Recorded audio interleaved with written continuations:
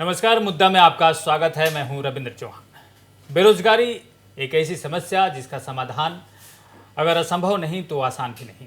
बेरोजगारी कम करने के लिए सरकार कई स्तर पर प्रयास करती है, लेकिन ये जितना सुनने में अच्छा लगता है उतना धरातल पर दिखता नहीं है। असम सरकार 1 लाख शिक्षित युवाओं को सरकारी नौकरी देने जा रही है। हाल ही में मुख्यमंत्री हिमंत बिस्व शर्मा ने राज्य के अलग अलग हिस्सों से गुवाहाटी आए 11,000 युवाओं को नियुक्ति पत्र बांटे हैं। वैकेंसी के हिसाब से नौकरियां आगे भी मिलेंगी, लेकिन सभी शिक्षित युवाओं को नौकरी मिलना मुश्किल है। इसके लिए कई योजनाएं चलाई जा रही हैं जिससे स्वरोजगार को बढ़ावा मिले, लेकिन स्वरोजगार के लिए जो माहौल होना चाहिए, क्या वो आज बेहतर है? आज मुद्दा में इस गंभीर समस्या पर बात करेंगे और इसके लिए हमारे साथ मौजूद हैं आर्थिक मामलों के जानकार और प्रसिद्ध आर्थिक विश्लेषक आर.एस. जोशी, भारतीय जनता पार्टी के विधायक रूपज्योति कुर्मी, खदो अखम निबोनुआ युवा परिषद के सलाहकार अकबर अली रहमान, लेखा परीक्षा विभाग के अधिकारी योगेश कुमार मिश्र भी हमारे साथ मौजूद हैं।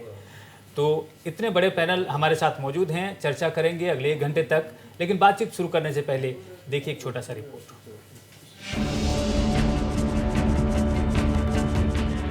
बेरोजगारी हमारे देश की सबसे बड़ी समस्याओं में से एक है। जहां भारत आर्थिक प्रगति की गति बनाए हुए है और विश्व की 5वीं बड़ी अर्थव्यवस्था बन गया है, वहीं संसाधनों पर अधिकारों की असमानता से गरीब के और गरीब होने और अमीर के और अमीर होने वाले मकर जाल से हम निकल नहीं पा रहे। आर्थिक असमानता की मार झेल रहे लोग इस कोशिश में रहते हैं कि उन्हें अगर कोई सरकारी नौकरी मिल जाए तो उनका भविष्य आसान हो जाए। असम में फिलहाल सरकार अपने वादे को पूरा करते हुए 1 लाख सरकारी नौकरियां देने के पथ पर है। आंकड़ों के मुताबिक जनवरी 2022 तक असम में रजिस्टर्ड शिक्षित बेरोजगारों की संख्या 24,04,000 थी। इनमें से 10+2 पास से लेकर ग्रेजुएट, इंजीनियर, वेटनरी डॉक्टर्स, कृषि स्नातक, तकनीकी डिप्लोमाधारी जैसे शिक्षित बेरोजगार शामिल हैं। रोजगार के लिए राज्य के बाहर जाने वाले लोगों की संख्या भी ज्यादा है। ज्यादातर युवा दक्षिणी राज्यों का रुख करते हैं। Centre for monitoring Indian economy द्वारा जारी की गई मई-अगस्त की रिपोर्ट के मुताबिक असम में श्रम भागीदारी दर 48.1% है। इस मामले में असम देश भर में तीसरे पायदान पर है। एजेंसी की रिपोर्ट में बेरोजगारी के बारे में बताया गया है कि असम बेरोजगारी के मामले में देश में 11वें पायदान पर, जो 9.3% है। बढ़ती जनसंख्या और बेरोजगारी की समस्या के लिए सरकार कई कदम उठा रही है। हाल ही में सरकार ने हजारों योग्य उम्मीदवारों को नियुक्ति पत्र भी बांटे। हिमंत बिस्व शर्मा की सरकार इस कार्यकाल में 1 लाख सरकारी नौकरियां देने की राह पर है, लेकिन बावजूद इसके असम की बड़ी आबादी को इससे बहुत हद तक राहत मिलने की संभावना नहीं है। इसके लिए दूसरे वैकल्पिक रास्तों पर दृढ़ता से आगे बढ़ने की जरूरत होगी।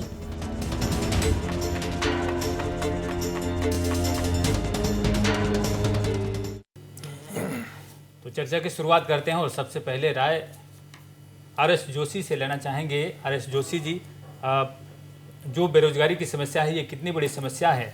अगर आज हम इसकी बात कर रहे हैं तो क्या ये सही समय है इसका समाधान ढूंढने का और इस पर आगे बढ़ने का?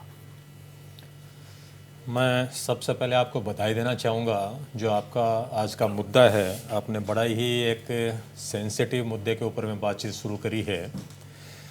देखिए, जैसे आपने शुरुआत में कुछ डेटाज हमारे साथ में शेयर किए थे, एक CMI करके है जो सेंट्रल गवर्नमेंट यहाँ दिल्ली से है हेडक्वार्टर। अगर उसके हम लोग डेटा लें, उनका ये जून 22 का ये इस साल का डेटा है। उसके हिसाब से आसाम में जो टोटल वर्कफोर्स है उसका 17.2% बेरोजगार है। इतनी ज़्यादा संख्या में, और दूसरा आपने जैसे अभी दिखाया कि 24 लाख बेरोजगार हैं। ये रजिस्टर्ड हैं और ये रजिस्टर्ड हैं। दूसरा क्या है, जनवरी महीने तक की रिपोर्ट है। इसके बाद और दूसरा क्या है कि देखिए, हमारे यहाँ proper recording system, availability of data system नहीं है। सरकार प्रयास कर रही है लेकिन फिर भी नहीं है। मेरे को लगता है कि जो छूटे हुए हैं, जिनका रजिस्ट्रेशन नहीं हुआ, उनकी संख्या काफ़ी अधिक है। कुल मिला के देखिए, बड़ी ही भयानक स्थिति है जहाँ तक अनएम्प्लॉयमेंट का सवाल है। इसके ऊपर में जो सरकार की तरफ से और बाकी जो हैं स्टेक होल्डर्स उनकी तरफ से बहुत कुछ किया जा रहा है, लेकिन बड़ा नाकाफ़ी है। जिस तरह की समस्या है, सरकार ने कहा कि भाई हम लोग 1 लाख नौकरियां देंगे पहले 1 साल में। उनके एफर्ट्स बहुत सिंसियर हैं, इसमें डाउट नहीं है। करीब 42,000 लोगों को उन्होंने अभी तक रोज़गार दिया है। लेकिन देखिए 1 लाख भी वो दे देते हैं 2 साल में, 2.5 साल में, लेकिन समस्या उससे सुलझने वाली नहीं है। हमें इसको टोटलिटी में देखना होगा इस समस्या को, कि सरकार प्रयास करे, इंडस्ट्री प्रयास करे, बाकी जो स्टेक होल्डर्स हैं वो प्रयास करें। ये तो एक समस्या की बात हुई। आगे मैं चर्चा में बताऊंगा कि भी इस समस्या का समाधान क्या हो सकता है जी। तो समाधान जैसे ये है कि असंभव नहीं, आसान भी नहीं है, लेकिन संभव है, इसके अंदर में कोई डाउट नहीं है। तो कुछ मेजर्स हमको लेने पड़ेंगे और मैं उसमें बताऊंगा कुछ रिवोल्यूशनरी मेजर अगर गवर्नमेंट ऑफ आसाम ले पाए, और शायद हम देश में वो पहले राज्य हो सकते हैं जो इस तरह का अगर कदम उठाएं, निश्चित रूप से हम काफ़ी हद तक बेरोजगारी की समस्या को समाधान कर पाएंगे। बिल्कुल। और आज दूसरी प्रतिक्रिया लेना चाहेंगे हमारे जो विधानसभा के सम्मानीय सदस्य हैं रूपज्योति कुर्मी। अब इनके बारे में कुछ बात कहना ज़रूरी है, क्योंकि रूपज्योति कुर्मी ऐसे नेता हैं जो ज़मीन से जुड़े हुए नेताओं में से माने जाते हैं और लोगों के बीच रहते हैं, और इसलिए आज इस कार्यक्रम में इनका हमने स्वागत किया है। रूपज्योति कुर्मी जी, सबसे पहले आपका कार्यक्रम में स्वागत है। और आपके हिसाब से अगर हम देखें तो आपने विधानसभा में भी आवाज़ें उठाई हैं और आप लोगों के बीच भी रहते हैं। एक जनप्रतिनिधि के रूप में जो जिम्मेदारी होनी चाहिए जनप्रतिनिधि को, उसकी भूमिका के रूप में आप क्या कुछ कर सकते हैं और आपके सामने क्या चुनौतियाँ आती हैं, इस पर आगे और चर्चा करेंगे। लेकिन शुरुआत में आपकी टिप्पणी चाहिए कि एक जनप्रतिनिधि को लोगों के बीच में और उनको स्वरोजगार के लिए बढ़ावा देने के लिए क्या करना चाहिए।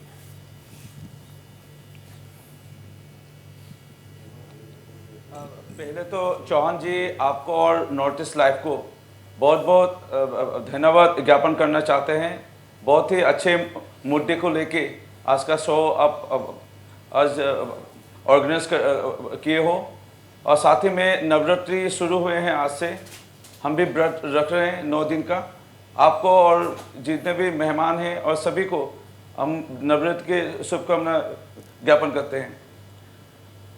पहले अगर एक इस विषय को देखें कि आपने जो आंकड़ा अभी अभी सामने रखे, ये सारे देश के हो, असम के हो, ये आंकड़ा को हम लोग ना नहीं कर सकते, ये आंकड़ा है। लेकिन अभी के जो सरकार चल रहे हैं केंद्र में मोदी जी के नेतृत्व में और आसाम में डॉक्टर हेमंत बिस्वा शर्मा जी के नेतृत्व में, लोगों को दिखाई दे रहा है कि ये अनएम्प्लॉयमेंट या बेरोजगार को लेके सरकार बहुत ही गंभीर तरह से काम कर रहे हैं। हाल ही में मेरा क्षेत्र से, मैं 2006 से विधायक हूँ, मेरा माँ जी भी थे मरनी के विधायिका और मिनिस्टर।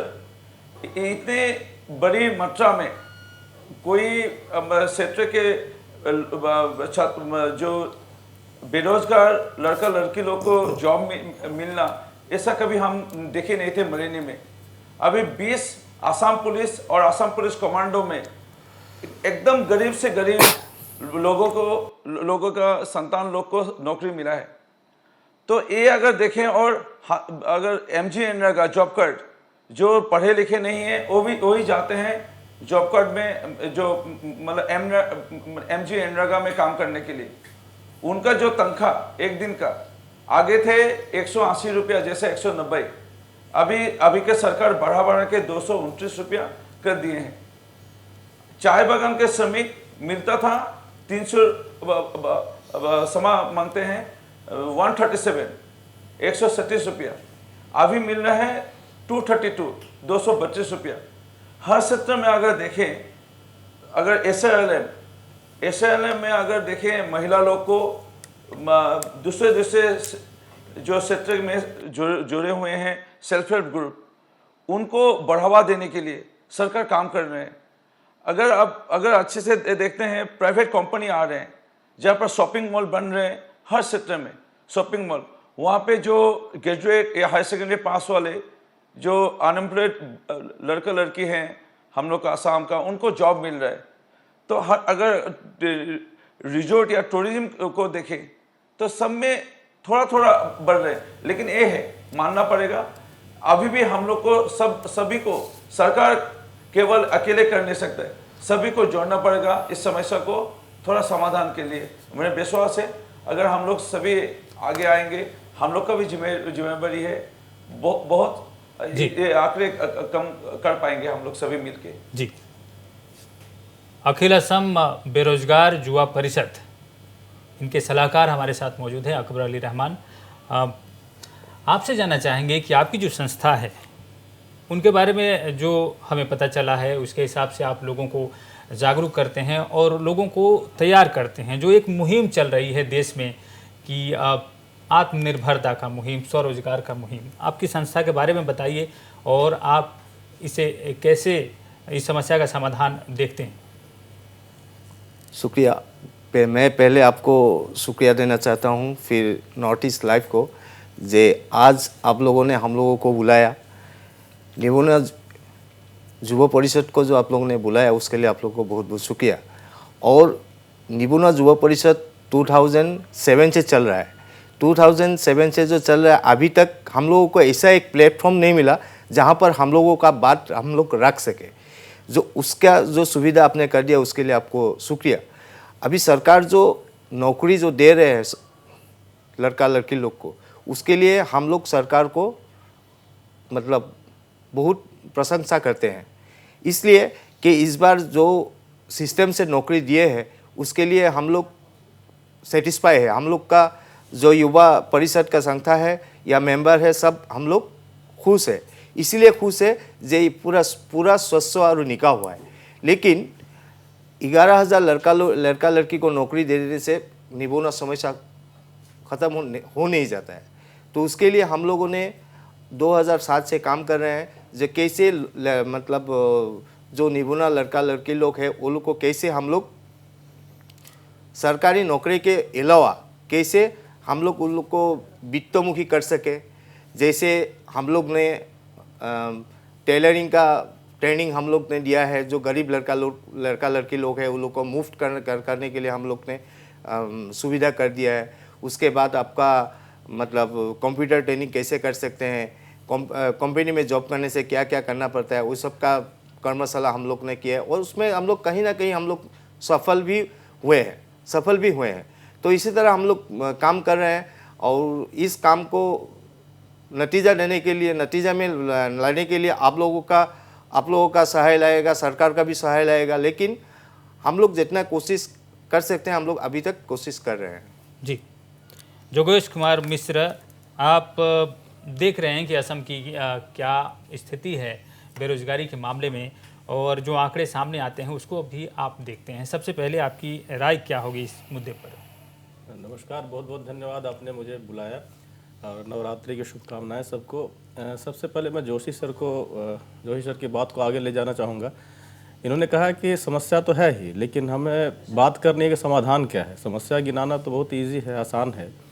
सबसे पहले अगर थोड़ा सा ऐतिहासिक पृष्ठभूमि ले, ज़्यादा समय नहीं लूँगा, ऐतिहासिक पृष्ठभूमि ले तो जो वर्णाश्रम था, जो हर व्यक्ति का जो एक रोजगार होता था, जिसको आज एंटरप्रेन्योरशिप या उद्यमिता आप कहते हैं, तो उद्यमिता जो है हमारे यहाँ जन्म से ही वो सिद्ध था। तो उस चीज़ को जब लोगों ने छोड़ा, जब उसको हीन समझा लोगों ने, उसके बजाय उन्हीं चीज़ों को और अन्य जातियों ने अपनाया, उसको अन्य कम्युनिटी ने अपनाया। और उसको, जैसे आप जावेद हबीब का नाम सुनते हैं, बहुत बड़ा ब्रांड है, या बहुत तरह की चीज़ों में, आप टेलरिंग से लेकर हर चीज़ में आप देखेंगे कि एक खास समुदाय उसको हृदय से अपनाया और आगे उसको बढ़ाया, लेदर की कम चीज़ों को। तो हमें ये देखना होगा कि सरकारी नौकरियों की संख्या सीमित है और हमारी जो श्रम शक्ति है वो सरकारी नौकरियों में ही सब कुछ कर ले, ऐसा कुछ संभव नहीं, सबको समाहित नहीं किया जा सकता, इंटीग्रेट नहीं किया जा सकता। तो हमें आत्मनिर्भर भारत बनाने के लिए सबसे ज़्यादा ज़रूरी जो है वो ये है कि हम स्वरोजगार उत्पन्न करें और सेल्फ डिपेंडेंट हो जाए। हम नौकरी देने वाला बन जाए, नौकरी करने वाले से ज़्यादा बेहतर हमारा फोकस ये होना चाहिए कि हम नौकरी दें लोगों को। कमोबेश जो शुरुआती जो प्रतिक्रिया है वो यही है कि हमें एक ऑल्टरनेटिव जो रास्ता है वो चुनना होगा। RS जोशी के पास आएंगे, लेकिन इससे पहले रूपज्योति कुर्मी के पास जाना चाहते हैं। जैसा हमने देखा, आपने चाय बागान के मजदूरों की मजदूरी जो बढ़ाने की बात कही, उसी तरह से अगर हम आपसे जानना चाहें कि स्थानीय तौर पर जो ग्रामीण हैं, जो स्थानीय लोग हैं, वो कोई रोज़गार करना चाहते हैं और उसमें जो अड़चनें आती हैं उसे किस तरह से दूर किया जाता है। जो बातें हम गुवाहाटी में बैठकर देख रहे हैं, सुन रहे हैं और लोगों की बातें सरकार तक पहुंच जा रही है, क्या उन लोगों की बातें पहुंच रही हैं?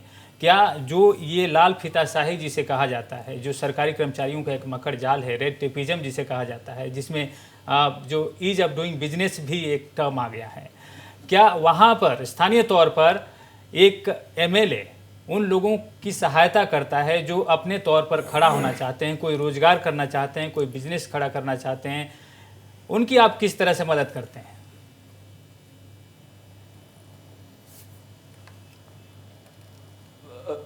चौहान जी, अगर आप अच्छे से देखते हो और अब आप न्यूज़ नोटिस लाइव में हो, लेकिन अलग अलग टीवी चैनल में भी अगर आप पोर्टल टीवी भी फॉलो करते हो, शायद आप एक सीनियर जर्नलिस्ट के नाते आपको दिखाई देगा कि लोग का जो सेंट्रल गवर्नमेंट है मोदी जी के नेतृत्व में और असम में डॉक्टर हेमंत बिस्वा शर्मा जी के नेतृत्व में कोई इतना नाराज़गी नहीं है। नाराज़गी इसलिए नहीं है क्योंकि हम लोग के सरकार जो जिस अलग अलग सेक्टर के लोग जो कमाई के साथ, खेत के साथ या स्मॉल ट्री ग्रोअर्स जो छोटा चाय बागान के साथ जुड़े हुए हैं, वहाँ पर हजार हजार लाखों लाखों जो पढ़े लिखे आज के नौजवान अभी जोड़ गए हैं, उनके लिए हम लोग ज़मीन का पट्टा उनको नहीं था, उनको बैंक से लोन नहीं मिलता था। अभी के डॉक्टर हेमंत बिस्वा शर्मा जी के नेतृत्व में बीजेपी सरकार उनको ज़मीन का पट्टा हम लोग दे रहे हैं ताकि उनको बागान से बैंक से लोन मिले। इसलिए वो लोग बहुत सारे जो पढ़े लिखे नौजवान थे वो जोड़ गए हैं वहाँ पर चाय बागान, छोटे छोटे चाय बागान में। एक दूसरे अगर देखें, आगे अरुणोदय केंद्र या CSC केंद्र बोल के नहीं था, लोगों को जानकारी या तो थोड़ा पढ़े लिखे जो शहर में निकल नहीं आ सकते थे, बाहर क्या हो रहा है, बाहर का दुनिया कहाँ अपॉइंटमेंट खोल रहे हैं, कहाँ अप्लाई करना है, प्राइवेट कंपनी हो या सरकारी नौकरी हो, तो उनको कोई खबर नहीं मिलता था। अभी CSC केंद्र के जरिए से हम लोग के जो पंचायत के प्रतिनिधि है, हम लोग हर महीने में अलग अलग सेक्टर में मीटिंग करके, सभा करके जो नौजवान हैं उनको पिताजी माँ जी को लेके हम लोग सजागता सभा या अवेयरनेस मीटिंग जैसे कर रहे हैं, जिसके वजह से लोग अभी CSC केंद्र में आ रहे हैं, कैसे ऑनलाइन फॉर्म फिलअप करना है, नौकरी कैसे मिलना है, तो उन लोग को सहायता हम लोग कर रहे हैं। अगर हम लोग सभी जानते हैं 20% शहरी अंचल है और 80% जो गांव में हम लोग के देश में या असम में लोग बसते हैं। तो ये 80% लोग खेत के साथ, चाय बागान का खेत हो या तामुल का खेत हो, सब्जी का खेत हो या कोई फल मूल का खेत हो या छोटे छोटे जो बांस के या लकड़ी के जो बिजनेस के साथ जुड़े हुए हैं, हर सेक्टर के लोगों को अलग अलग लोन, अलग अलग स्कीम दे के हम लोग उनको अभी थोड़ा बहुत साहस दे रहे हैं काम करने के लिए, जिसकी वजह से इतना होड़-शोर नहीं है, सरकार के खिलाफ कोई आवाज़ नहीं उठा रहे या सरकार को कोई इतना ज़्यादा नहीं बोल रहे लोग। हाँ, 1% जो है जिनको नौकरी नहीं मिलते हैं वो कभी सोशल मीडिया में कुछ लिख रहे हैं, लेकिन इतना ज़्यादा लोग दुखी नहीं है। सभी जितना हो सके कुछ ना कुछ कमानी कर रहे हैं। हाँ, सरकार का जिम्मेदारी है। और हम लोग एक भाई साहब ने बहुत ही अच्छे कहे, सरकारी नौकरी इतना नहीं है, सभी को वहाँ पर हम लोग एब्जॉर्ब करने के लिए प्राइवेट कंपनी हो या प्राइवेट तरीके से, अलग तरीके से सरकार सहायता करके हम लोग निबोनिया जो समस्या, बेरोजगार समस्या को थोड़ा समाधान करने के लिए हम लोग को कोशिश करना है और सरकार कर रहे हैं। जी, RS जोशी जी, सबसे पहले सरकार ने जब 1 लाख नौकरी देने का ऐलान किया था, इसके बाद 30,000 मई में नौकरी दी गई और उसके बाद अब 11,000 युवाओं को नौकरियां दी गई हैं। पूरा मिलाकर 42,000 का जो आंकड़ा है वो सरकार ने पार कर लिया है और सरकार के पास अब आधे रास्ते तय करने हैं और 26,000 प्रोसेस में है। 26,000 को अगर जोड़ दें तो 88,000 का आंकड़ा बनता है। उसके बाद अब ज़्यादा दूर नहीं है सरकार 1 लाख की नौकरी को पूरा करने के लिए। लेकिन सवाल वही है, मुख्यमंत्री ने भी कहा था कि ये 1 लाख जो नौकरियां हैं, 1 लाख नौकरियां के अलावा 2 लाख लोगों को स्वरोजगार के लिए सरकार प्रेरित करेगी, उनको सेल्फ डिपेंडेंट बनाने के लिए। आप इसका समाधान के रूप में क्या देखते हैं? क्योंकि नौकरी तो समाधान है नहीं। जितने लोग आज हमारे पास शिक्षित बेरोजगार की संख्या बढ़ते जा रही है, सबको सरकारी नौकरियां मुहैया नहीं कराई जा सकती हैं। इससे क्या रास्ता हो और उस रास्ते पर किस तरह से आगे बढ़ा जाए? देखिए, जब 26,000 पोस्ट के लिए आवेदन मांगे गए तो करीब करीब 12 लाख लोगों ने उसके लिए आवेदन दिए जी। तो इससे आप अनुमान लगा सकते हैं कि कितनी माने सिचुएशन कितनी भयानक है। दूसरी बात क्या है कि देखिए, कुर्मी साहब ने बड़ी वो ज़मीन से जुड़े हुए नेता हैं, मैं उनकी बड़ी इज्जत करता हूँ। जैसे आपकी सरकार ने या हमारी सरकार ने समझिए अभी 3 दिन का चिंतन मंथन बैठक किया काजीरंगा में, गुड गवर्नेंस के लिए, बाकी सारी अच्छी अच्छी बातें हैं और ये देखिए ऐसा होना चाहिए। मैं आपसे, आपकी सरकार से ये निवेदन करना चाहूँगा कि ये तो एक पूरा एज ए होल सरकार के लिए एक चिंतन मंथन था गुड गवर्नेंस के लिए। जहाँ तक बेरोजगारी की समस्या है, अनएम्प्लॉयमेंट का जो मुद्दा है, क्यों न हम लोग जो आप जनता के प्रतिनिधि हो, मैं जैसे इंडस्ट्री से आता हूँ, हमारे बाकी और भी कई एक्सपर्ट लोग हैं, हम लोग भी कुछ इस तरह का चिंतन मंथन करें जहाँ पे हम बड़ा छोटी सी बात के लेके भाई इसका बात करें। हमारे यहाँ 126 कंस्टिट्यूएंसी है आसाम में, आप सम्मानित एमएलए हैं हमारे। अगर 126 कंस्टिट्यूएंसी में अगर हम वर्क फोर्स की मैपिंग कर पाएँ, ईमानदारी से मैपिंग कर पाए, अभी तक क्या होता है, जो डेटा जो आते हैं, मैं आपको अपने व्यक्तिगत अनुभव से बताता हूँ, वो डेटा की विश्वसनीयता बड़ी माने प्रश्नवाचक है। तो हम लोग अगर अच्छी तरह से मैपिंग करें कि हर विधानसभा क्षेत्र में, और उसका जिम्मा दिया जाए उस विधानसभा के एमएलए को, उस कंस्टिट्यूएंसी के एमएलए को, और 126 एमएलए अगर वो पूरा डेटा हम लोग कर पाएँ कि भाई ये हमारी वर्कफोर्स की मैपिंग है, ये हमारी सिचुएशन है। अब जिस तरह का जो आदमी है हम उस तरह का रोज़गार देना चाहेंगे। देखिए, रोज़गार देने की समस्या नहीं है, हमें जो रोज़गार के काबिल आदमी चाहिए, इंडस्ट्री को आदमी नहीं मिलते हैं। दूसरी तरफ क्या होता है कि बेरोज़गारी है, तो बड़ा ही इस तरह की विचित्र सिचुएशन है। मेरे जो साथी हैं इंडस्ट्री में, वो प्राय हम लोग बात करते हैं कि साहब हमको आदमी चाहिए, लेकिन आदमी देखिए जिस तरह का आदमी चाहिए उस तरह का आदमी चाहिए, उनको खाली नेमसेक के लिए नहीं हो सकता। तो दूसरा, सरकार इतनी नहीं दे सकती। सबसे बड़ा रोज़गार देने के लिए इंडस्ट्री आती है।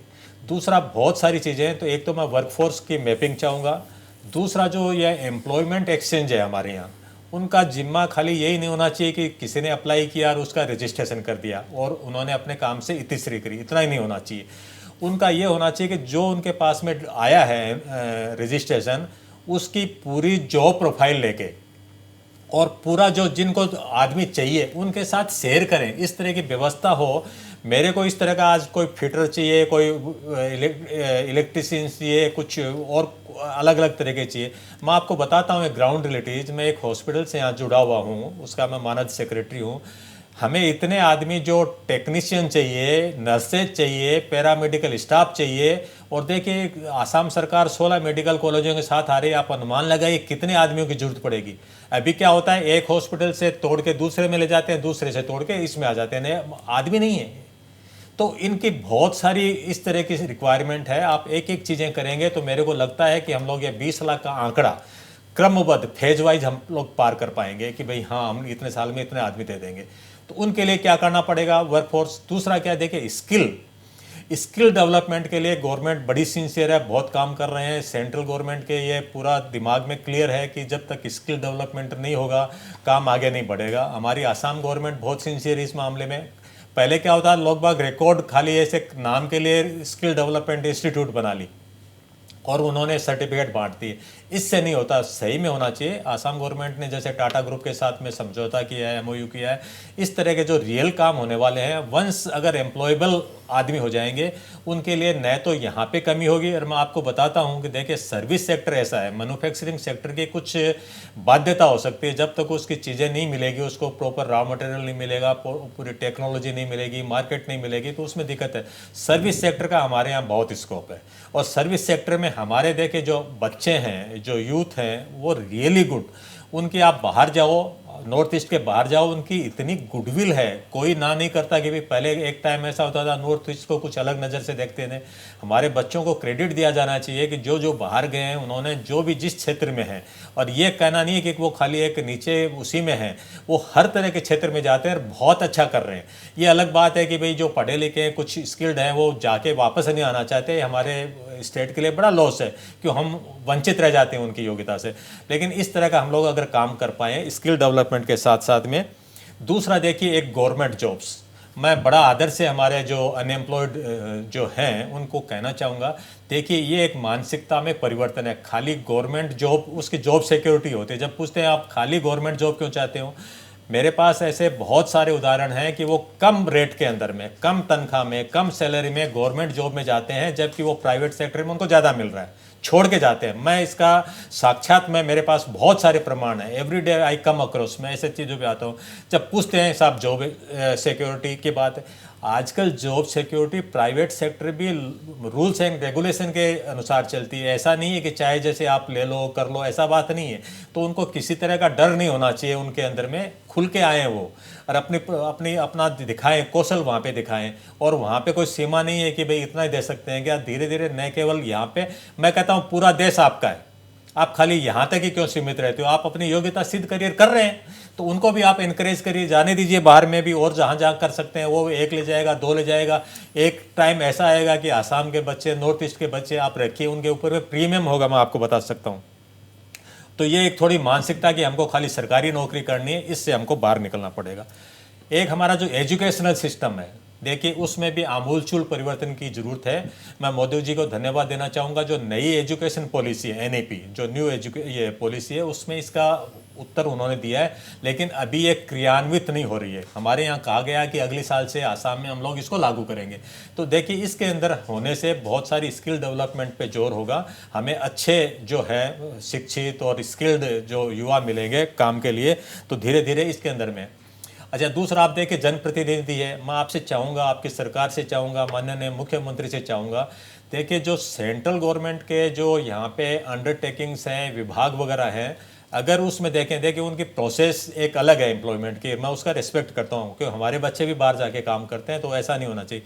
फिर भी चूँकि नॉर्थ ईस्ट के लिए आप थोड़ा सा अलग ट्रीटमेंट करते हो, तो कुछ सालों के लिए ऐसा होना चाहिए कि जो हमारा आज आप उनमें संख्या निकालो, हम लोग ग्रोसली अनरिप्रेजेंटेड है। जितना मेरे पॉपुलेशन के हिसाब से, जितना मेरा इस क्षेत्र के हिसाब से होना चाहिए, उतना एम्प्लॉयमेंट हमको नहीं मिल रहा है। तो कुछ ड्राइव करके कि भाई ठीक है, उस इम्बेलेंस को हमको थोड़ा सा ठीक करना पड़ेगा, और ये करना चाहिए। एक चीज़ मैं आगे में और बताना चाहूँगा, जब मेरा नंबर आएगा, इस तरह के कुछ देखिए आउट ऑफ बॉक्स थिंकिंग करनी पड़ेगी। खाली सिंपली इस तरह नहीं होगा कि भाई अब बच्चे हैं, अगली जो किस्त आएगी आसाम गवर्नमेंट की, उसका हम लोग इंतजार करें। आप उनकी फ्रस्ट्रेशन देखिए, जो 26,000 को रोजगार मिल गया, जो 11,74,000 जिसने अप्लाई किया उनको नहीं मिला, आज उनकी क्या मानसिकता होगी, उनके मन में निराशा उनकी होती है। उनको ये है ना कि भाई यही नहीं है, आपके साथ में बहुत सारे साधन है, आप 10 आपके पास ऑफर आएंगे, उसके पास में आपकी चॉइस होगी। ये हमको क्षमता बनानी पड़ेगी, अपने आप में कम्पिटिटिवनेस बनाना पड़ेगा, और एक कंपटीशन की स्पिरिट आनी पड़ेगी कि नहीं मैं बहुत अच्छा हूँ और मैं कर सकता हूँ, मैं करूँगा। ये सब होना चाहिए। बिल्कुल। तो जो बातें जोशी जी ने कही है, और रूपज्योति कुर्मी इसे बहुत ही संजीदगी से इसको नोट भी कर रहे थे। हम इस पर चर्चा जारी रखेंगे। एक छोटा सा ब्रेक लेते हैं, और ब्रेक के बाद सीधे रूपज्योति कुर्मी से इस पर उनकी राय लेंगे।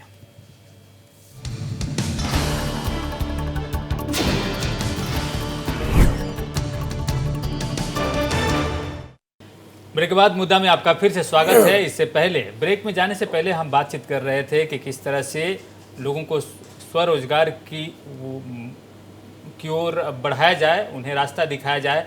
और जोशी जी ने जो बातें रखी थी उस पर रूपज्योति कुर्मी की प्रतिक्रिया आनी थी। लेकिन इस बीच हम आपको मुख्यमंत्री की एक बयान सुनाना चाहते हैं, जिसमें उन्होंने स्वरोजगार की बातें कही है। যিসকলে চাকৰি পোৱা নাই তেওঁলোকেও পঢ়া শুনা কৰি থাকক, দৌৰা দৌৰি কৰি থাকক, মন ভাঙি দিব নালাগে। আমি 2 লাখ ল'ৰা ছোৱালীক ব্যক্তিগতভাৱে বা সেলফ এমপ্লয়মেণ্টত আমি সহায় কৰাৰ কথা কৈছিলোঁ। অহা 8 অক্টোবৰত তাৰ বিষয়েও আমি ৰাইজৰ লগত আলোচনা কৰিম, ৰাইজক আমাৰ সিদ্ধান্তৰ বিষয়ে জনাম। অৰ্থাৎ যেনেকৈ আমি কৈছিলোঁ যে 1 লাখ ল'ৰাক আমি চাকৰি দিম আৰু 2 লাখ ল'ৰা ছোৱালীক আমি আত্মসংস্থাপনৰ ব্যৱস্থা কৰি দিম, সেই ৰাস্তাৰে আমি আগবাঢ়ি গৈ থাকিম আৰু আমাৰ ইস্পিত লক্ষ্যত থিয় নিদিয়ালৈকে আমি আমাৰ এই যাত্ৰা আমি অব্যাহত ৰাখিম। मुख्यमंत्री ये बात बार बार कहते हैं कि वो किस तरह से इस पर आगे बढ़ रहे हैं, 1 लाख युवाओं को नौकरी देने पर आगे किस तरह से बढ़ रहे हैं और उन्हें सेल्फ रिलायंट यानी जो अपने पैर पर खड़ा होने के लिए किस तरह से उन्हें प्रोत्साहन दिया जा रहा है। रूपज्योति कुर्मी के पास जाएंगे और उनसे जानना चाहेंगे कि जो बातें जोशी जी ने कही है, उन्होंने कहा कि लेबर फोर्स की मैपिंग हो, बहुत सारी बातें उन्होंने कही, उसमें से एक बहुत बड़ी बात ये थी। और ये जो संस्था है centre for monitoring Indian economy CMIE, इसकी जो रिपोर्ट है मई और जून की, इसमें इन्होंने बताया है कि लेबर पार्टिसिपेशन रेट असम की जो है वो देश भर में तीसरा है, यानी 48.1%। हमारे पास रोजगार के लिए इतनी संख्या में लोग तैयार हैं और कहीं ना कहीं काम कर रहे हैं, अपना पेट पाल रहे हैं। अगर इतनी बड़ी संख्या में लोग रोजगार के लिए तैयार हैं और उनकी उम्र है रोजगार के लिए, तो जो बातें जोशी जी ने कही कि इनका एक मैपिंग हो, पता लगाया जाए कि ये कहाँ कहाँ है और किस सेक्टर में काम करना चाहते हैं, इस पर आपकी राय जानना चाहेंगे कि इस पर किस तरह से आगे बढ़ा जाए और उन लोगों का पता लगाया जाए, उनको शिनाख्त किया जाए कि हाँ इन पर ध्यान देना जरूरी है सरकार को।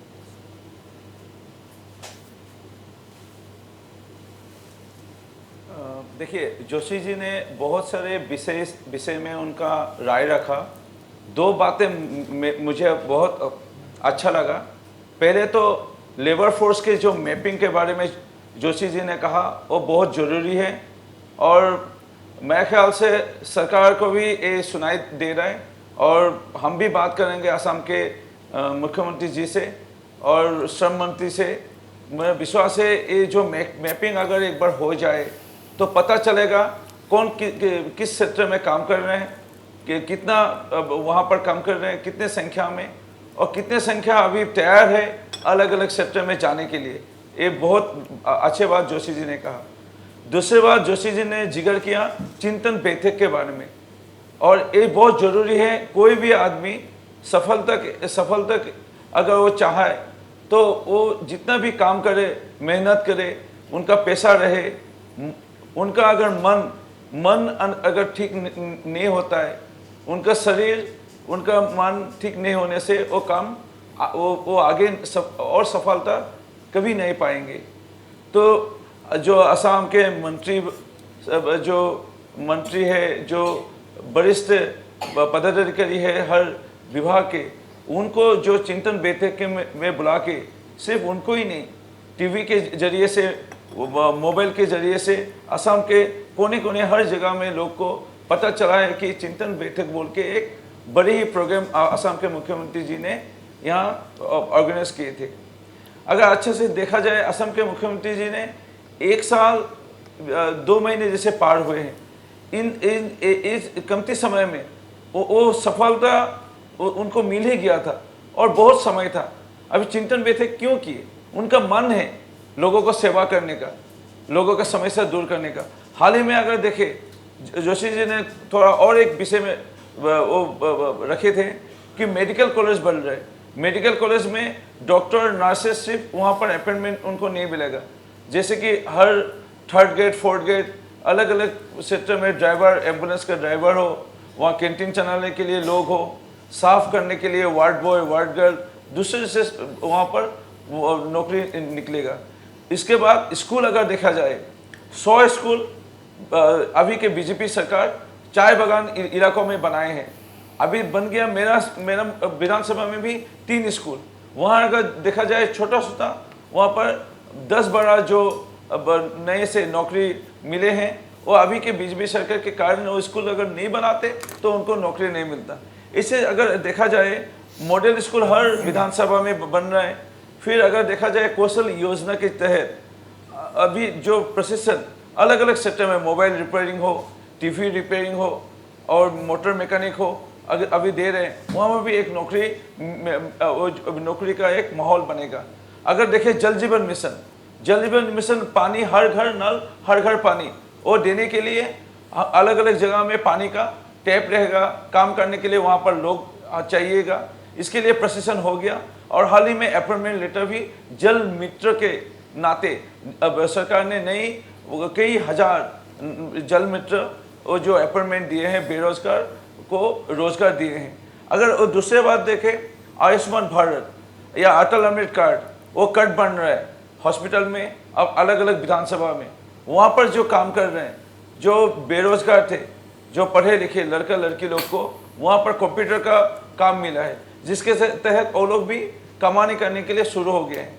हाँ, यहाँ पर स्थल बहुत है, यहाँ पर पानी रहता है, असम नागालैंड मेघालय से छोटे बड़े बहुत नदी है, उस नदी के किनारे हम लोग छेल बना सकते हैं जहाँ पर हम लोग मछली यहाँ पर मछली पालन कर सकते हैं। यहाँ अभी भी आगे से थोड़ा कमती हुए हैं, आंध्र प्रदेश से मछली आता है। इस मछली का जो सहन यहाँ पर बहुत है असम में, वो मछली उत्पादन के लिए फिशरी हम लोग अगर खोलते हैं, यहाँ पर अभी जो पिग सुअर बोलते हैं वो अलग स्टेट से आ रहे हैं, और अब नागालैंड सामने है या मेघालय सामने है जहाँ पर पिगरी का जहाँ बहुत डिमांड है, वो असम में हम लोग खोल सकते हैं। अभी खोल रहे हैं लोग, सरकार अभी बढ़ावा दे रहे हैं। और अगर हम लोग कर पाते हैं तो बहुत से सारे वो बेरोजगार के बारे में हम लोग को काम करने का मौका अभी मिला है, हम लोग करेंगे। मेरा विश्वास है माननीय मुख्यमंत्री जी के ऊपर, माननीय मंत्रिमंडल के ऊपर, हम लोग जितना आगे बढ़ेंगे बहुत सारे हम लोग काम कर पाएंगे। जी, यहाँ पर जो भी पैनलिस्ट हैं वो एक बात से सहमत हैं कि सरकार इस ओर कदम उठा रही है, और आपने जिन भी योजनाओं का नाम लिया वो चल रही है। लेकिन आपसे गुजारिश है, या जो सरकार में है उनसे ये गुजारिश है, क्योंकि लोगों का कहना है कि जो स्कीम चलाए जा रहे हैं वो कहीं पर सफल हो रहे हैं, कहीं पर असफल हो रहे हैं। तो जिन जगहों पर वो सफल नहीं हो पा रहे हैं उनको देखना होगा और उनका आकलन करना होगा। हमारे साथ जो और पैनलिस्ट हैं, जो बेरोजगार संस्था के जो एडवाइज़र हैं, बेरोजगारी को लेकर आप इतने सालों से काम कर रहे हैं, आपके पास बेरोजगार युवा आते हैं, उनकी समस्याएं होती हैं, किस तरह की समस्या लेकर वो आते हैं और उनकी मांगे क्या होती है? মই মাননীয় ৰূপজ্যোতি কুৰ্মী ডাঙৰীয়াক মই দুটা কথা ক'ব বিচাৰিছোঁ যে হয়, যোশী ডাঙৰীয়াই কৈছে যে মেডিকেল কলেজ হৈছে বহুত, তাৰপিছত কোম্পানী আহিছে বহুত। সেই কোম্পানী বা সেই মেডিকেলবোৰত যে কাম কৰিব ল'ৰাবোৰে, সেইবোৰক আমি উৎসাহিত কিদৰে কৰিছোঁ, তেওঁলোকক শিক্ষা আমি কিদৰে দিছোঁ, সেইটোৰ ওপৰত আমি গুৰুত্ব দিছোঁ জানো? আচল কথাটো হৈছে সেইটো যদি আমি কৰিব পৰা নাই, তেতিয়াহ'লে আমি কিদৰে ল'ৰাবোৰক আমি কৰ্মসংস্থাপন দিব পাৰিম? প্ৰথম কথা হৈছে, প্ৰথম গুৰুত্ব আমি সেইটোত দিব লাগিব। আৰু নিবনুৱা যুৱ পৰিষদে আমি এইটোৰ ওপৰত গুৰুত্ব দি আছোঁ যে ল'ৰাবোৰক কিদৰে আমি উৎসাহিত কৰিব পাৰোঁ, কিদৰে তেওঁলোকক শিক্ষা দিব পাৰোঁ, কিদৰে তেওঁলোকে আগুৱাই যাব পাৰে, তাৰ ওপৰত তাৰমানে আমি সদায় উৎসাহিত কৰি গৈছোঁ। আৰু আমি ঠিক তেনেদৰে কিছুমান আমি কৰ্মশালা পাতিছোঁ, আৰু কৰ্মশালাত আমি তেওঁলোকক শিক্ষা প্ৰদান কৰিছোঁ যে যিকোনো এতিয়া ধৰি লওক এটা সৰু কথা এটা মই এটা উদাহৰণস্বৰূপে দিছোঁ, এটা শ্ব'ৰুমত এটা যদি কিবা কাৰণত কাম কৰিবলগীয়া হয়, তেওঁ কিদৰে কামটো কৰিব, এপ্লাই কৰি দিলেতো নাপায়, তে কিদৰে কাম কৰিব, সেই বস্তুটোৰ ওপৰত आपकी बातों को हम दर्शकों को समझा दें कि आपने ये कहा है कि लोगों को किस तरह से समझाया जाए कि वो रोजगारोन्मुखी कदम पर आगे बढ़े। यानी कि जो आप वर्कशॉप करते हैं, कार्यशाला आयोजन करते हैं, उसमें बताते हैं कि इस तरह से, वही बात कमोबेश हमारे जो पैनलिस्ट उनका भी कहना है कि स्किल डेवलपमेंट, इसके लिए प्रशिक्षण की व्यवस्था, जिससे लोग उसके लिए तैयार हो रोजगार के लिए। जैसे अस्पताल खोल रहे हैं तो उसमें कई स्टेज पर नियुक्तियां होती हैं, तो हर स्टेज में नियुक्तियों के लिए उनको प्रशिक्षण दिया जाए जिससे स्थानीय लोगों को रोजगार मिले। आपकी बातें हमें लगता है कि हम सब समझ ही गए हैं। लेकिन इस बीच चिंतन शिविर का जिक्र किया था रूपज्योति कुर्मी ने, और चिंतन शिविर में आध्यात्मिक गुरु श्री श्री रविशंकर जी आए थे और उन्होंने मुख्यमंत्री को साथ में लेकर एक बातें महत्वपूर्ण कही और वो बातें कृषि से जुड़ी हुई थी। उन्होंने कहा कि असम के लोग एक ही फसल लगाकर संतुष्ट हो जाते हैं, उनके पास ज़मीन की कमी नहीं है और उनके पास समय की भी कमी नहीं है।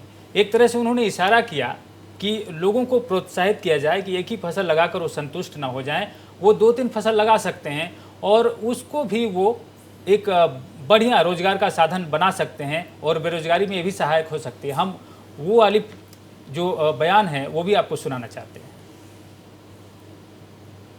Some people are so nice, so peace loving, they are so good, but sometimes they are laid back also. That's my experience. वो एक क्रॉप आता है तो उससे संतुष्ट होके बैठ जाते हैं. They are not thinking, अरे I can take 3 crops here. एक ही क्रॉप कर लेते हैं, जितना आता है उसमें एक तरह से अच्छा है, मगर दूसरी तरफ से स्टेट के प्रोग्रेस के लिए या वो खुद के प्रोग्रेस के लिए उनको सोचना पड़ेगा या उनको ये विजन देना पड़ेगा। अरे भाई चलो तुम लोग यहाँ दुबरी में कर रहे हो, जितना है तो दो क्रॉप निकाल सकते हो, मल्टीपल क्रॉप निकाल सकते हो और नेचुरल फार्मिंग कर सकते हो और फल you can put fruit growing trees on the boundaries of your land. These ideas they don't think about. भात आता है तो भात ही वो धान लगाते हैं, they put paddy in one crop, they are happy. All the way from here to Arunachal Pradesh, I'm saying, in all these areas, Nalbadi के टाइप पे और down south Dhubri में भी. Many times I interacted with the farmers. They are very happy, peaceful people, but they're satisfied with just one crop. So you have to tell them, no, I want you to do 2 crops, at least if not 3. Because rain is too much here, but you can definitely bring 2 crops in a year. So like this, we need to slowly motivate people and get them out of their, boundaries. हम क्या करते हैं, we live in a small boundary, box में रहते हैं, उससे बाहर का सोचना हमको शुरू करना चाहिए। और इसके साथ ही एक बात और जोड़ दूं कि हाल ही में ये खबर आई थी कि पतंजलि का लगातार विस्तार हो रहा है और पतंजलि ने अरुणाचल प्रदेश में एक बड़े हिस्से में पाम की खेती के लिए उन्होंने शुरुआत की है और पाम की खेती उन्होंने शुरू की है। ये आइडिया यहाँ के ग्रामीणों में क्या हम नहीं ला सकते, क्या उन्हें प्रोत्साहित नहीं कर सकते? जोशी जी, आपने सुना जो आध्यात्मिक गुरु रविशंकर जो बातें कह रहे थे, क्या आज के इस मुद्दे को जोड़कर आप देख रहे हैं इस बात? देखिए, मैं एक बात कहना चाहूँगा, जो फिलहाल जो माहौल है सरकार का, उसमें बहुत बड़ा योगदान है। माहौल बड़ा सुंदर है, अभी अच्छा माहौल है। और जैसे एक इन्वेस्टमेंट के लिए हम लोग बोलते हैं कि इन्वेस्टमेंट की क्लाइमेट होनी चाहिए, अभी स्टेट के अंदर में इन्वेस्टमेंट की क्लाइमेट बहुत बढ़िया है। हम लोग जो उद्योगपतियों से बात करते हैं, उद्यमियों से बात करते हैं, जो बड़े छोटे और माइक्रो सब से, उनका कहना है कि नहीं जी, अभी एक सरकार बहुत प्रोएक्टिव सरकार है, माहौल बढ़िया है, इस माहौल का हमें फ़ायदा उठाना चाहिए। सेकंड चीज़, जैसे उन्होंने कहा कि देखिए कोई भी हम लोग काम करें उसमें एक वैल्यू एडिशन होना चाहिए, जो है उतने से नहीं। जैसे उन्होंने 2 क्रॉप की बात करी है, खाली एग्रीकल्चर पे नहीं है, माने वैल्यू एडिशन। अगर आप ऑर्गेनिक खेती करेंगे और बहुत कुछ चीज़ें करेंगे, आप ब्रीड्स हैं जो देखिए पिगरी की है, और अगर ब्रीड का इम्प्रूवमेंट करेंगे तो सारी चीज़ों का जो एक आउटपुट है उसमें काफ़ी बढ़ने की संभावना है। मैं एक चीज़ और कहना चाहूँगा, देखिए, और उसमें जब कुर्मी साहब और बाकी आपके साथियों का एक बहुत बड़ी भूमिका हो सकती है। देखिए, कोई भी चाहे इंडस्ट्री हो या चाहे स्मॉल मीडियम इंटरप्राइजेज हो, वो सब लोग सरकार के कानून हैं उनका पालन करना चाहते हैं, पालन करते हैं। सबसे बड़ी बात मैं आपको एक बताऊं, आज हम लोग देखते हैं सब जगह मिनिमम वेजेज एक्ट का पालन हो रहा है और ईमानदारी से हो रहा है, ऐसा बात नहीं है। मैं कुछ ऐसा चाहूँगा, जैसे मनरेगा की एक स्कीम है, उसमें सरकार 100 दिन के लिए आपको रोज़गार प्रोवाइड करती है। तो जब आप 100 दिन हो जाते हैं, उसके बाद में सरकार की जिम्मेदारी नहीं रहती है। तो ये क्या एक एडहॉक मेजर है, ये कोई परमानेंट सोल्यूशन नहीं है। तो खाली कुछ सहूलियत करने के लिए मेरा एक सुझाव है कि देखिए हम इंडस्ट्री से बात करते हैं कि भाई हमें कुछ समय के लिए, देखिए हमारे यहाँ मानसून का पीरियड बहुत ज़्यादा होता है, हमारे यहाँ 4-5 महीने माने लीन पीरियड बोलते हैं, उसमें इंडस्ट्री का या बाकी क्षेत्रों में उतना काम या उत्पादन वगैरह नहीं होता है, तो जो वर्कफोर्स की संख्या उस समय उतनी नहीं चाहिए। लेकिन जो सेकंड हाफ है, अभी सितंबर से समझ लीजिए अक्टूबर से जो मार्च तक का सीज़न है वो बड़ा पीक सीज़न होता है, तो हमें ज़्यादा आदमियों की ज़रूरत पड़ती है। तो अगर कुछ फ्लेक्सिबल लेबर लॉज हो कि आदमी अपने ज़रूरत के हिसाब से आदमी को रख सके, और जब ज़रूरत नहीं हो तो एक बार उनको कुछ समय के लिए छोड़ सके और फिर वापस उनको रोक सके। हम लोग ये नहीं चाहते कि खाली ऐसे ही छोड़ दे, उनके इसमें जो भी एक उनको एक कंपनसेशन देना है, कुछ इंसेंटिव देना है, कुछ भी देना है, बड़ा लिबरल दीजिए उनको, उसमें कोई दिक्कत नहीं है। अवसर के लिए रास्ते हो, कानून हो, हाँ, और कानून हो कि उसके अंदर में हो। तो एक हम लोग इस तरह का पूल बनाए कि जिसमें उस तरह की संख्या अवेलेबल हो कि भाई जब आदमी को चाहिए कि भाई उस पूल से हम लोग ले सकते हैं। तो ये पूल एम्प्लॉयमेंट एक्सचेंज के तहत भी हो सकता है या कुछ और भी हो सकता है। और दूसरा देखिए खाली सरकार नहीं, आप इंडस्ट्री एसोसिएशन को जोड़िए, एनजीओज को जोड़िए, बहुत सारी और एजेंसीज हैं उनको जोड़िए। देखिए ये सामूहिक जिम्मेदारी है, खाली सरकार की जिम्मेदारी नहीं है। बिल्कुल। जोशी जी, हमारे पास समय कम है और इसलिए हम जल्दी जल्दी सबकी प्रतिक्रिया ले लेंगे। जोगेश जी बहुत देर से कुछ नहीं बोले हैं। असम की स्थिति को देखते हुए बेरोजगारी की समस्या पर आपकी आखिरी टिप्पणी क्या होगी? जो आपने सुना और जो आपने कहा उससे बिना क्या? बिल्कुल मैं सहमत हूँ। जोशी जी ने सारी बातें कह दी हैं और बड़े विद्वतापूर्वक उन्होंने सारी बातों को संक्षेप में कह दिया है। बस यही कहना है मेरा कि न्यू एजुकेशन पॉलिसी जो है NEP, इसके तहत बच्चों में ये शिक्षक का और अभिभावक का दोनों का ये सब बड़ी जिम्मेदारी है कि वो बच्चे के स्किल को वहीं से पहचान लें, वहीं से पहचान कर उसको आगे लेकर जाएं। और उसके बाद दूसरी बात है कि मैनेजमेंट की बात है सब। एक बार मुकेश अंबानी ने कहा था कि ये जनसंख्या जो 130 करोड़ 125 करोड़ ये उनके सब ग्राहक हैं। तो उसी तरह से ये श्रम शक्ति है, तो श्रम शक्ति का बस व्यवस्था करना है, मैनेजमेंट करना है, हर स्तर पे करें, शिक्षक करें, अभिभावक करें, सरकार करे, NGOs करें, इस तरह से ये समाधान निकल सकता है इसका। जी जोशी जी समाप्त करना चाहते हैं आप? मैं एक बात और कहना चाहूँगा, वो बड़ी ही अच्छी है। देखिए कि इम्फाल में एक मार्केट है, वो पूरा का पूरा मैनेज भी होता है, काम भी वो उसमें लेडीज ही करती हैं, और करीब 5000 लेडीज़ उसके अंदर में संलग्न है और सालों से है। और जैसा सूचना मुझे मिली है कि ये पूरे एशिया में अपनी तरफ का एक अलग ही माने एंटरप्रेन्योरशिप का काम है। तो जब इम्फाल जैसे शहर में 5000 रोजगार माने महिलाओं को दिया जा सकता है, वो सारी चीज़ महिलाएं करती है, तो क्या हम लोग आसाम में जैसे हमारे जो करीब जितने ज़िले हैं, कम से कम हर ज़िले के हेडक्वार्टर में एक उस तरह का मॉडल हम लोग नहीं कर सकते? अगर वैसा करेंगे तो देखिए वो गांवों से जुड़े होंगे, गांवों से सामान आएगा, हेडक्वार्टर में आएगा, या फिर मान लो आगे गुवाहाटी तक आ सकता है। तो कितने आप कम से कम 2 लाख रोजगार उसमें महिलाओं को दे सकते हैं। और महिलाओं के बारे में देखिए हमारा या पूरा देश का नजरिया है कि नॉर्थ ईस्ट की महिलाओं के अंदर में क्षमता है, उनके अंदर में स्किल है, सब कुछ है, मैनेज कर सकते हैं। इस पे चिंतन होना चाहिए। बिल्कुल। रूपज्योति कुर्मी को मौका देते हैं। सर आप बोलिए।